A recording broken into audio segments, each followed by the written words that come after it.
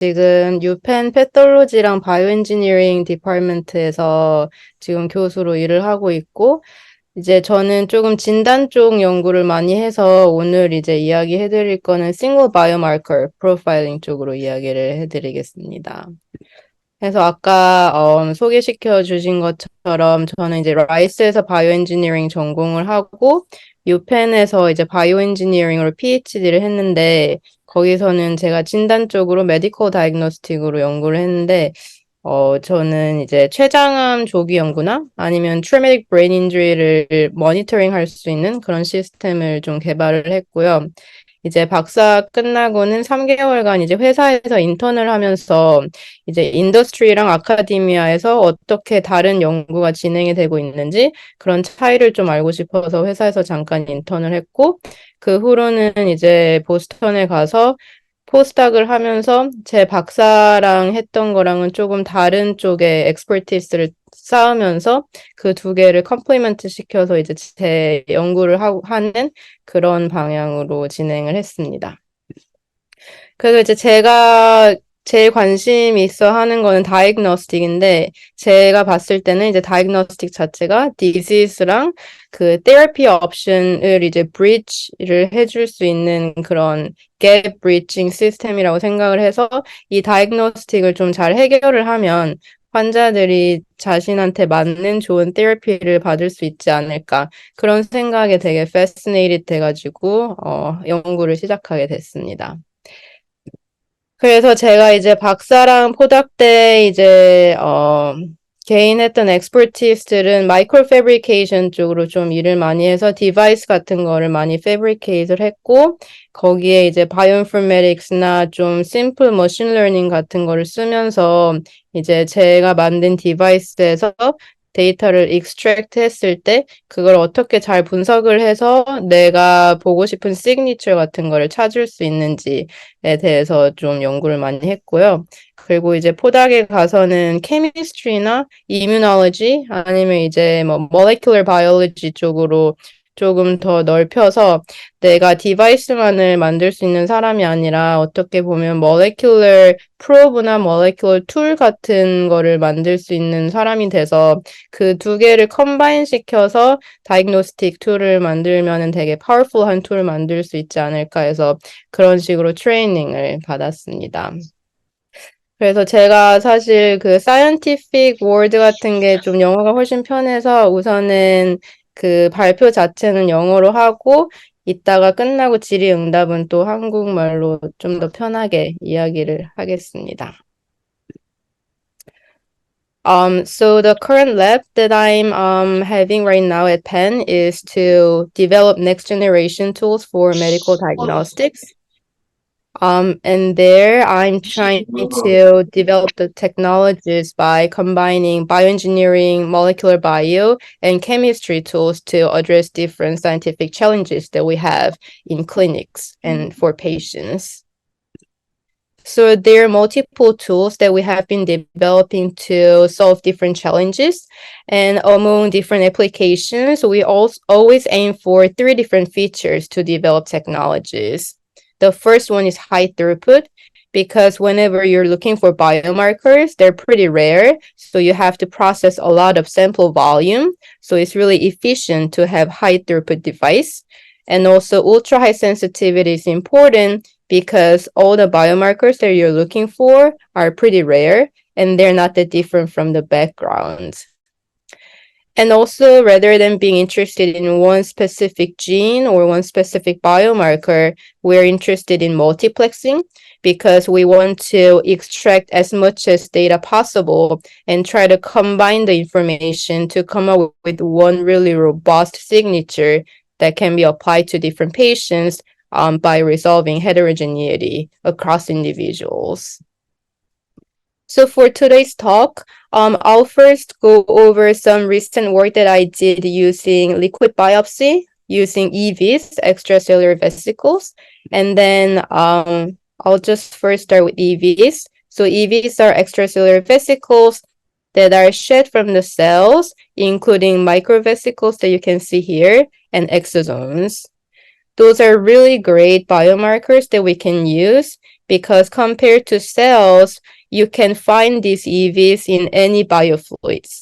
You can find it in saliva, urine, plasma, or serum, so it's very easy to get these samples. For example, if the patient has pancreatic cancer, it's really invasive to do tumor biopsy to take the pancreatic cancer out, but then these pancreatic cancer tumor cells shed their own EVs to the bloodstream, which means that if you can collect the blood and find the actual EVs coming from pancreatic tumor cells, you will be able to use that as an alternative to finding the information of the tumor cells. The reason is because these EVs have rich molecular information of their mother cells, as you can see here. They have DNA, microRNA, mRNA, and surface proteins that are similar to their mother cells. So those are great biomarkers, but then the challenges include small size, because they're only 30 nanometer up to 1 micron in diameter. And then there's a huge background, because not only tumor cells secrete their own EV, all the other healthy cells also secrete their EVs, so there's a huge background. And they have different sizes, different functions, different originality. That's why they're very heterogeneous, so it's really hard to enrich them and detect them for diagnosis. So to solve these challenges, the approach that we took was single EV profiling. So basically, you can think about it as the problem that we want to solve is trying to find a needle in a haystack. Needle is the EV coming from pancreatic cancer, and then haystack will gonna be all the background.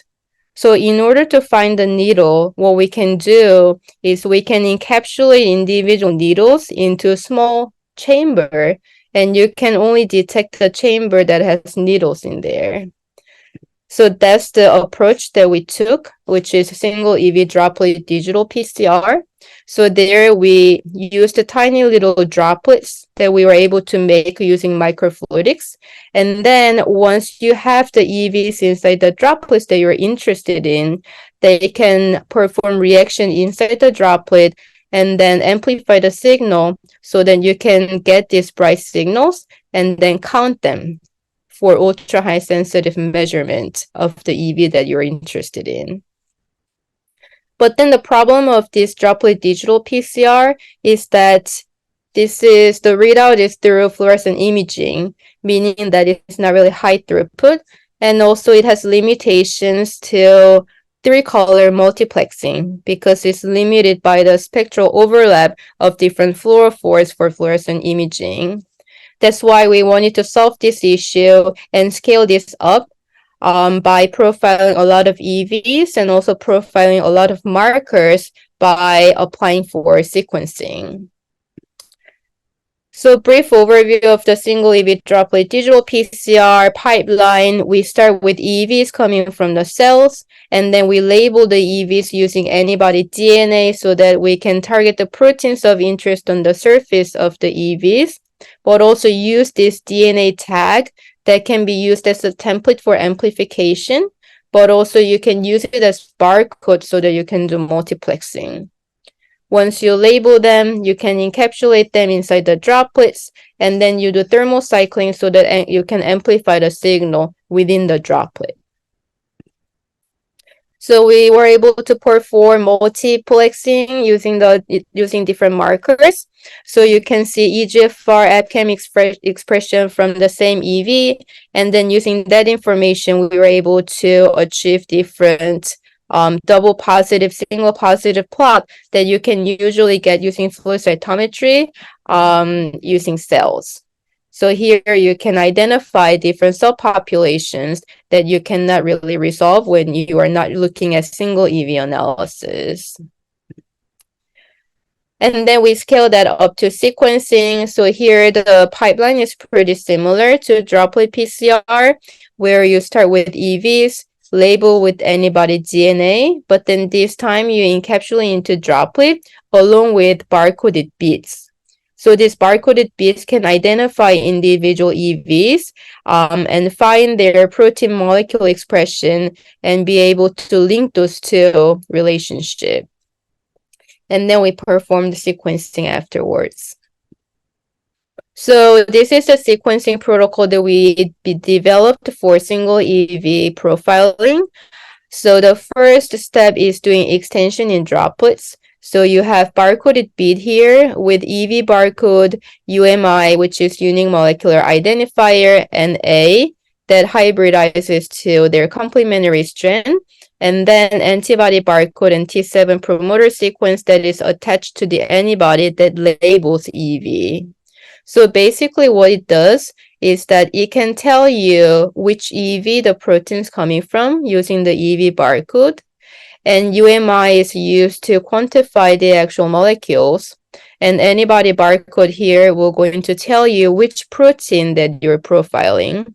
And T7 promoter sequence is used in order to do IVT in the next step. IVT is really important here because when you think about EVs are only 200 nanometer in diameter, whereas cells are like 15 micron in diameter. Meaning that if you want to get information from the EV, we need a lot of amplification steps because there's not much in there. So we use IVT to do amplification, generating a lot of RNA copies from DNA. But in addition to that, after we convert everything into RNA, we can get rid of the DNA that is half extended or unextended, which can cause different background issue. So we do DNA treatment, RNA purification, RT to convert to DNA, and then do PCR so that we can do another amplification and then perform sequencing afterwards. So here's the EVs that we were able to measure as a proof of concept.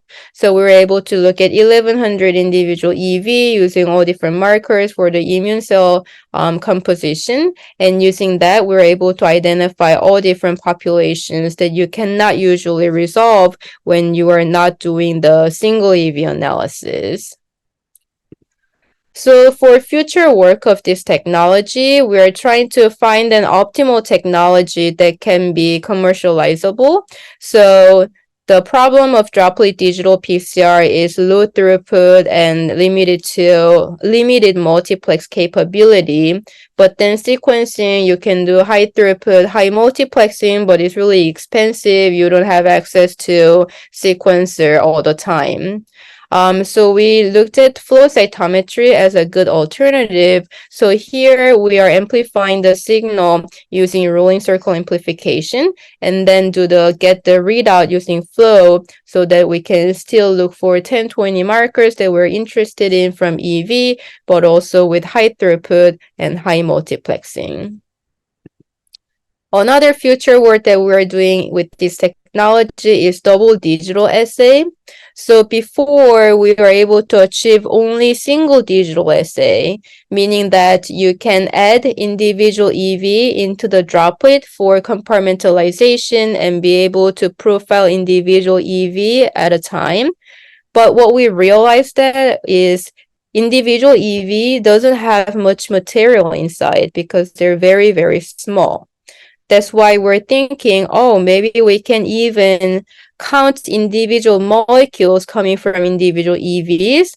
And using that approach, we can actually have really sensitive measurements of all the EV materials that are inside the EV. So that's one approach that one of my PhD students is taking to develop the technology. And we call that as double digital assay. So that's the first part of the technologies that I've developed in order to analyze EVs at a single particle level so that we can really find different subpopulations that we do not know now because of the lack of the technology for new biomarkers for diagnostics. And then the second projects that I want to tell you about is more on single cell profiling. So here the idea is that we want to use immunotherapy to treat different cancer types because immunotherapy has been really successful in a subset of patients who were previously incurable.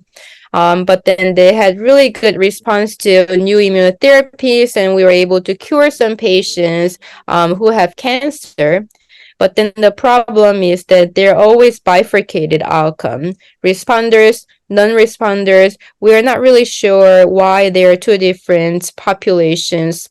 And then there are recent findings that say that time, which is tumor immune microenvironment, plays a really important role in determining therapeutic efficacy, which means that the immune composition that reside with the tumor, how they are interacting to each other. And we're trying to use fine needle aspirate to collect the samples because this is very tiny little needle, so it's not really considered to be as invasive as tumor biopsy. So you can collect the cells from the actual tumor region, so you can get enriched tumor population and then the actual immune cell population that reside with the tumor. But then the problem of FNA, fine needle aspirate sample, is that they're very scant, meaning that you only get a few thousand cells out from FNA samples. But if you want to profile FNA samples like single cells, people use flow cytometry, which is a really good technique to do single cell profiling. The only issue is that you have to start with at least a few 100,000 cells. So there's a mismatch between the scale of the number of cells that you have and the number of cells that you need in order to use the technique. So to solve these challenges, people have developed different cycling methods, which means that you stain the cells and get rid of the staining and repeat the cycle over and over again so that you can ask multiple questions from the same cells. But the problem of current cycling methods include they're using very harsh conditions such as hydrogen peroxide or NaOH in order to strip off the fluorophore. But also each cycle takes quite a bit of time, 30 to 45 minutes just waiting period. More importantly, it works quite well with FFPE tissue samples because they're very rigid, but it doesn't really work with single cells like FNA samples because they're very fragile. So our goals were to achieve a gentle, ultra-fast method for single cell profiling. So here the idea is we want to stain the cells, get rid of the signal, stain again with different fluorophores, different protein markers, and then get rid of the signal and basically repeat this over and over again. But we want it to be really ambitious. We want it to achieve ultra-fast quenching, similar speed as what I showed you here. Just a few seconds, all the signal's gone.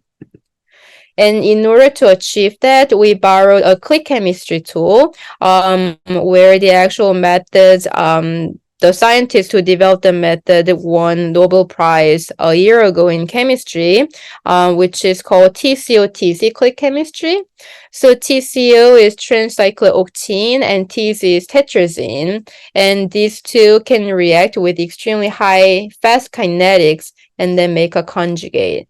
So our idea was to conjugate fluorophore and antibody to TCO, and then conjugate BHQ, which is black hole quencher, to TZ. So what happens is that you can use the left one, antibody fluorophore TCO, to label the cells and then image them. But after you image them, you can bring this TZ BHQ, the other part, to the cells, so that this TZ can click to TCO, which means that they just bind to TCO. And then this BHQ, the quencher, can be in proximity to the fluorophore so that it can achieve quenching. So as you can see here, surprisingly, we were able to achieve even faster quenching than we thought. So you can see the stained cells in the top row and then the quenched cells in the down row. And you can see different quenching time that we tried with the quencher. And then you can see that 10 seconds of quenching was already more than enough waiting period. So the actual quenching efficiency and the actual quenching was instantaneous. So using that information and the probe, we were able to profile immune cells coming from MC38 colon cancer tumor FNA. So there we collected FNA samples and then we were able to stain them with different immune markers, and we were able to repeat different cycles so that we can perform multiplexing with different immune cell profiling.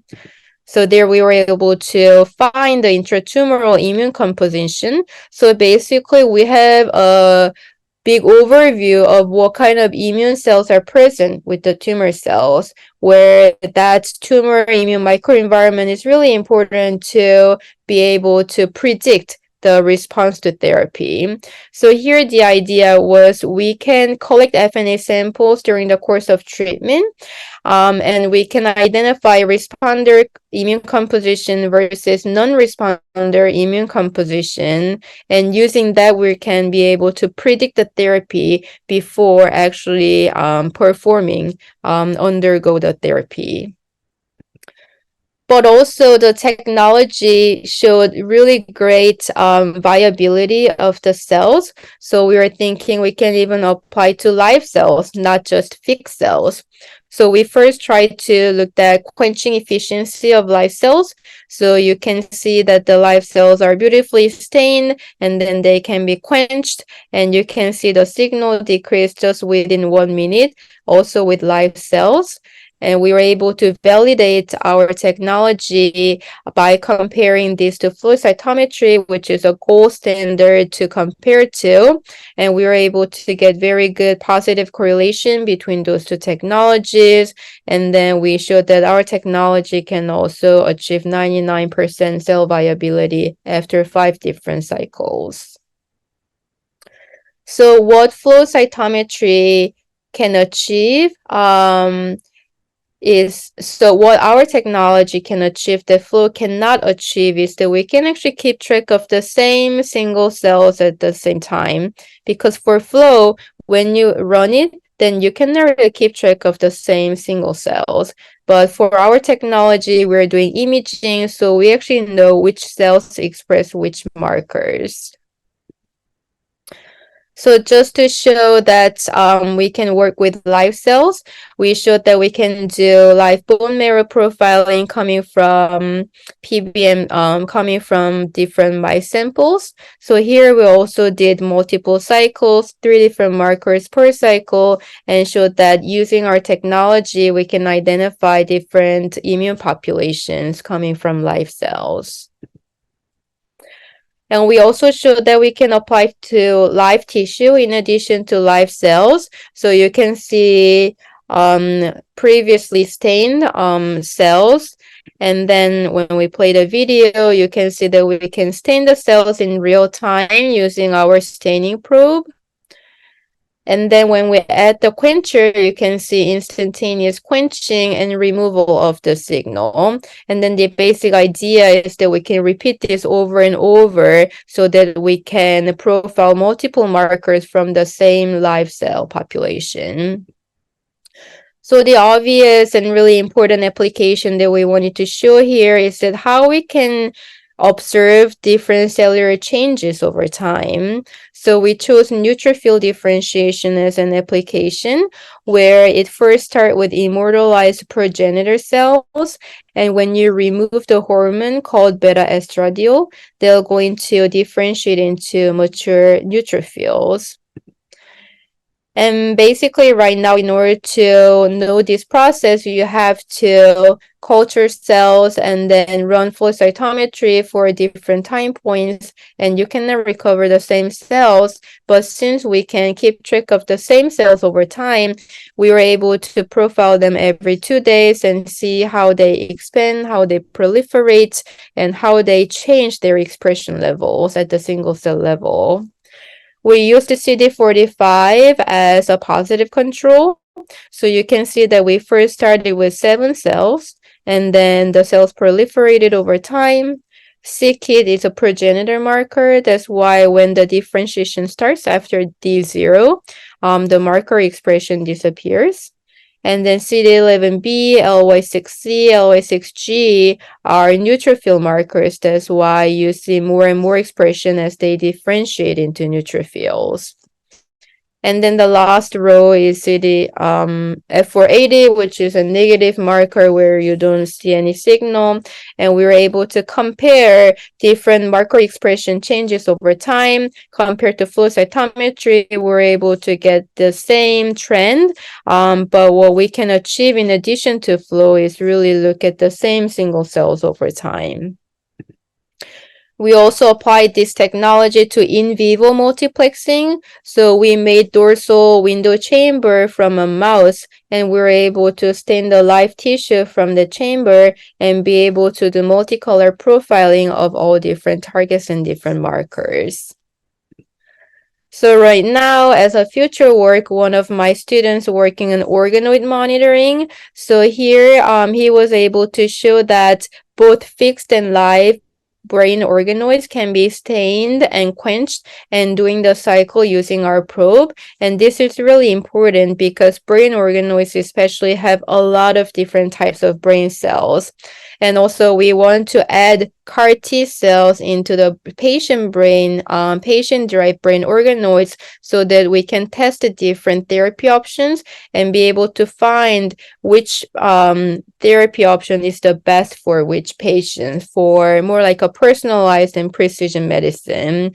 And using our approach, we can not only profile all different brain cell types, but we can also profile the response of the cancer, brain cancer cells to the immune cells based on different therapy options. So with that, I really want to thank all our collaborators, funding source, and everyone from the lab. And thank you so much for listening. 감사합니다.